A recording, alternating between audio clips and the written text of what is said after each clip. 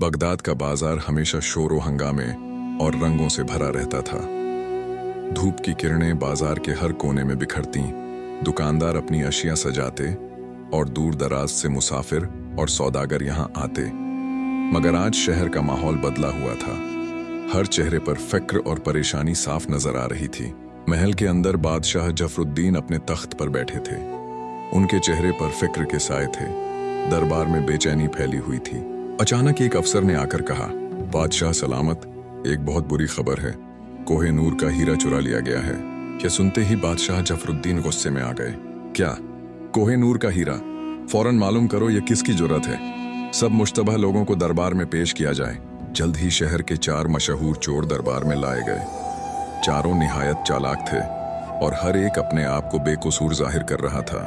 बादशाह ने ऐलान किया, जो शख्स इनमें से असल चोर को पहचान लेगा उसे 1 लाख अशरफियां इनाम दी जाएंगी। बहुत से लोग आए मगर कोई भी असल चोर को न पहचान सका। कुछ दिन बाद एक फकीर दरबार में हाजिर हुआ। उसके चेहरे पर सुकून था और आंखों में एतमाद। उसने कहा, बादशाह सलामत, अगर आप इजाजत दें तो मैं असल चोर को पहचान सकता हूँ। बादशाह ने सख्त लहजे में कहा, अगर तुम कामयाब न हुए तो तुम्हें अपनी जान से हाथ धोना होगा। फकीर ने सर झुकाकर कहा, मैं यह शर्त कबूल करता हूँ। फिर उसने कहा, चारों को अस्तबल में ले जाया जाए। वहां एक गधा है।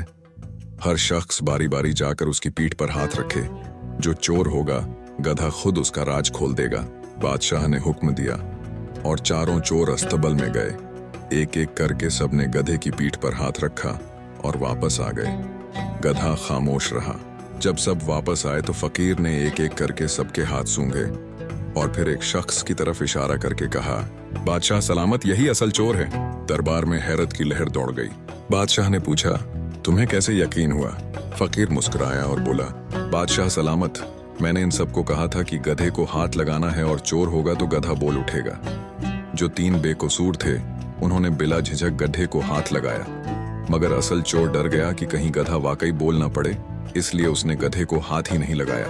मैंने इन सब के हाथ इसलिए सूंघे क्योंकि जिन 3 लोगों ने गधे को हाथ लगाया था उनके हाथों में जानवर की बू थी, जबकि इस चोर के हाथ में कोई बू नहीं थी। इसीलिए यही असल चोर है।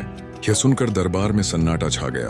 चोर बादशाह के कदमों में गिरकर गिड़गिड़ाने लगा। उसके हाथ कांप रहे थे और आंखों में खौफ और शर्मिंदगी साफ नजर आ रही थी। बादशाह सलामत, मुझे माफ कर दीजिए। मैंने ही हीरा चुराया था। आइंदा कभी ऐसा नहीं करूंगा, उसने लर्जती आवाज में कहा।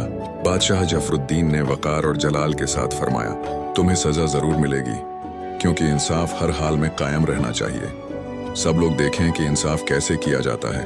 यह सुनकर दरबार में खामोशी छा गई। फकीर ने मुस्कुराते हुए आगे बढ़कर कहा, बादशाह सलामत, इस शख्स का असल जुर्म सिर्फ चोरी नहीं बल्कि लालच और गुरूर है। लेकिन अगर इंसाफ किया जाए तो सजा ऐसी होनी चाहिए जो दूसरों के लिए सबक बने, न कि सिर्फ इंतकाम। दरबार के लोग यह बात सुनकर हैरान रह गए। बादशाह ने कुछ लम्हे सोचा, फिर वजीर को हुक्म दिया, इस चोर को ऐसी सजा दी जाए जो दूसरों के लिए इबरत बने, ताकि आइंदा कोई भी चोरी और फरेब की हिम्मत न करे। चोर को दरबार के सामने खड़ा किया गया। उसकी नजरें झुकी हुई थीं और वह खौफ से कांप रहा था। बादशाह जफरुद्दीन ने सख्त मगर मुंसिफाना लहजे में कहा, तुमने लालच में आकर बड़ा जुर्म किया है। अब तुम्हें अपनी सजा भुगतनी होगी ताकि दूसरों के लिए इबरत बनो। चोर को सजा दी गई और कोहे नूर का हीरा वापस महल में पहुंचा दिया गया। अवाम ने बादशाह के इंसाफ और फकीर की अकल की बहुत तारीफ की।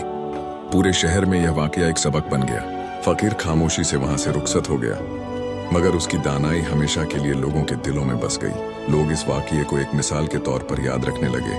पूरे शहर में यह बात फैल गई कि चोरी, फरेब और लालच इंसान को रुसवाई की तरफ ले जाते हैं, जबकि सच्चाई और ईमानदारी ही असल कामयाबी है। जल्द ही मुल्क में दोबारा अमन और खुशहाली लौट आई। बाजार आबाद हो गए और लोगों ने सीख लिया कि इज्जत और सुकून सिर्फ इंसाफ और सच्चाई से ही हासिल होते हैं।